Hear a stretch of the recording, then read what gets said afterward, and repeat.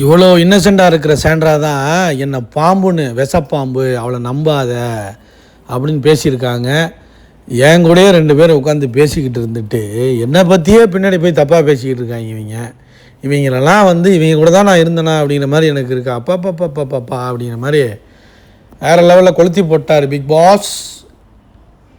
Pass Tamil season 9. Like பண்ணிட்டு video பாருங்கள், கண்டிப்பாக சப்ஸ்கிரைப் பண்ணிட்டு வீடியோ பாருங்கள் ஃப்ரெண்ட்ஸ். என்னென்னா ஒன்றும் இல்லைங்க, பழைய கண்டஸ்டன்ஸ்லாம் வந்தாங்க இல்லை, பொழுது போகலைல்ல, அதனால் ஒரு டாஸ்க்கை கொடுப்போன்னு டாஸ்க்கை கொடுக்குறாரு. என்ன டாஸ்க்குன்னா, இந்த வந்திருக்க கண்டஸ்டன்ஸ் எல்லாரையுமே வீட்டில் உள்ள 6 கண்டஸ்டன்ஸும் என்ன பண்ணோம்னா ஹவுஸ் டூர் அழைச்சிட்டு போகணுமா. இப்போ இதுதான் யூடியூப்லலாம் ரொம்ப ஃபேமஸில் ஹோம் டூர் மைண்டில். ஸோ அது மாதிரி ஒரு ஹவுஸ் டூர் எல்லோரையும் அழைச்சிட்டு போகணும். அழைச்சிட்டு போகிறவங்க என்ன பண்ணணும்னா, அங்கே போய் அவங்க ஒரு இடத்துலையும் போய் நிற்கும் பொழுது அவங்களுக்கு இந்தந்த இடத்த பார்க்கும் பொழுது ஏதாச்சும் நிகழ்வுகள், அவங்க நடந்த நிகழ்வுகள் அந்த மாதிரி ஏதாச்சும் இருக்குன்னா சொல்லுங்கள் அப்படி மாதிரி போயிட்டுருக்காரு. இதில் அதிகமாக நிகழ்வுகள் யாருக்கு அதிகமாக இருக்குன்னா கண்டிப்பாக வாட்டர்மெலன் ஸ்டார் தான். அவர் தான் எல்லா கேமராலையும் போய் நின்றுக்கிட்டு இருப்பார்.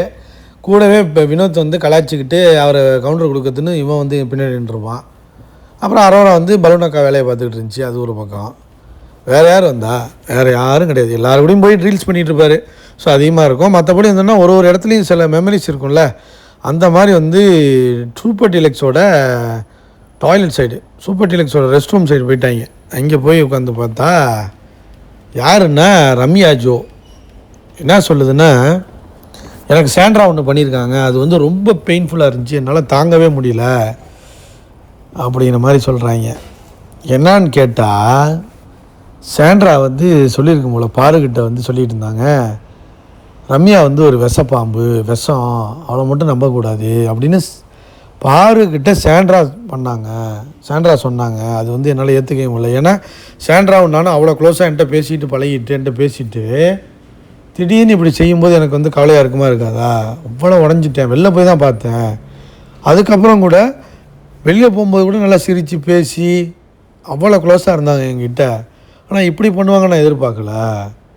நான் வெளில போய் ஸ்டேஜில் நிற்கும்போது கூட நல்லா பேசுனாங்க, மிஸ்யூக்காலாம் சொல்லிட்டு போனேன். ஆனால் என்னை பற்றி இப்படி பேசியிருக்காங்க, விஷப்பாம்புன்னு முன்னாடியே உட்காந்து பேசியிருக்காங்க பாரு கூட.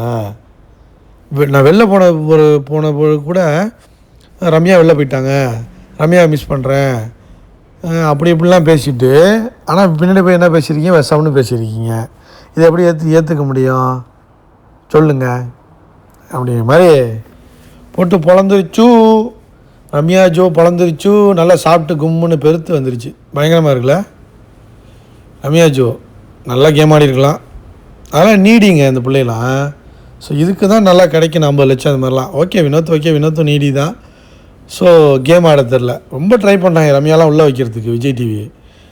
கேம் ஆட தெரியாமல் சும்மா நான் ஆக்டிங்கை போட்டுக்கிட்டு சாண்ட்ராவோடலாம் பயங்கரமான ஆக்டிங் தலைவி ரம்யா ஜோடா, நீலாம் ஆக்டு தான் பண்ணுவேன், நாங்களாம் அப்படியே படுத்துருவோம், நின்றுட்டு இருக்கும்போதே விழுவோம் மயங்கி. நீ எல்லாம் உன்னை உதச்சி தான் தள்ளி விட்டு மயங்கணும், நான்லாம் நின்றுக்கிட்டே விழுவேன்டா அப்படிங்கிற மாதிரி தான் ரம்யா இருந்துச்சு. அப்புறம் நான் லிவிங் ஹாலில் நின்று பேசிகிட்டு இருக்கேன். ஏன்னா அந்த சோஃபாவில் உட்காருவேன்ல, சோஃபாவில் எப்போதுமே உட்காந்துருக்குது யார், விக்ரம், இந்த கேங்கு தான். ஸோ நான் 2 பேரோடய பேசிக்கிட்டு பழகிட்டு ரொம்ப நாள் இருந்துக்கிட்டு இருந்தேன். அவன் என்ன பண்ணாங்கன்னா என் கூட தான் இருப்பான், நான் அவங்ககிட்ட தான் பேசுவான், அவங்க கூட தான் இருப்போம், ஐடியா பண்ணுவோம், கேம் ஆடுறதுக்கு ட்ரை பண்ணுவோம், எல்லாம் பண்ணுவோம். ஆனால் என்னை பற்றியே அவங்க 2 பேரும் தனியாக உட்காந்து தப்பாக பேசி கேவலமாக என்னை பேசி என்னை ஒரு மாதிரி மனசே கஷ்டமாயிடுச்சு. அந்த நிகழ்வில் என்னால் அப்பா என்னால் தாங்கவே முடியாது அப்படிங்கிற மாதிரி புலம்ப ஆரம்பிச்சு. யார்?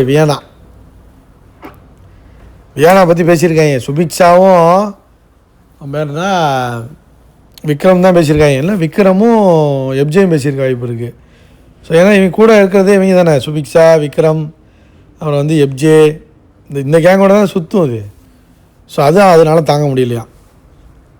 ஸோ அந்த பக்கம் ரம்யா ஒரு பக்கம் போட்டு சாண்ட்ராவை அடிக்குது, வியானா போட்டு விக்ரம் அடிக்குது. எனக்கு தெரிஞ்சு இவங்க 2 பேரில் ஒரு ஆளை பொட்டி எடுக்க வைக்கிறதுக்கு பிளான் பண்ணுறாங்க. ஒன்று சாண்ட்ரா பொட்டி எடுக்கணும், இல்லைனா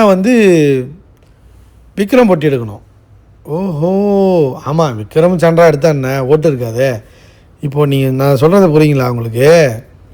திவ்யாவை தூக்குனா அரோராவுக்கு ஓட்டு வருமோன்னு பார்ப்பாங்க.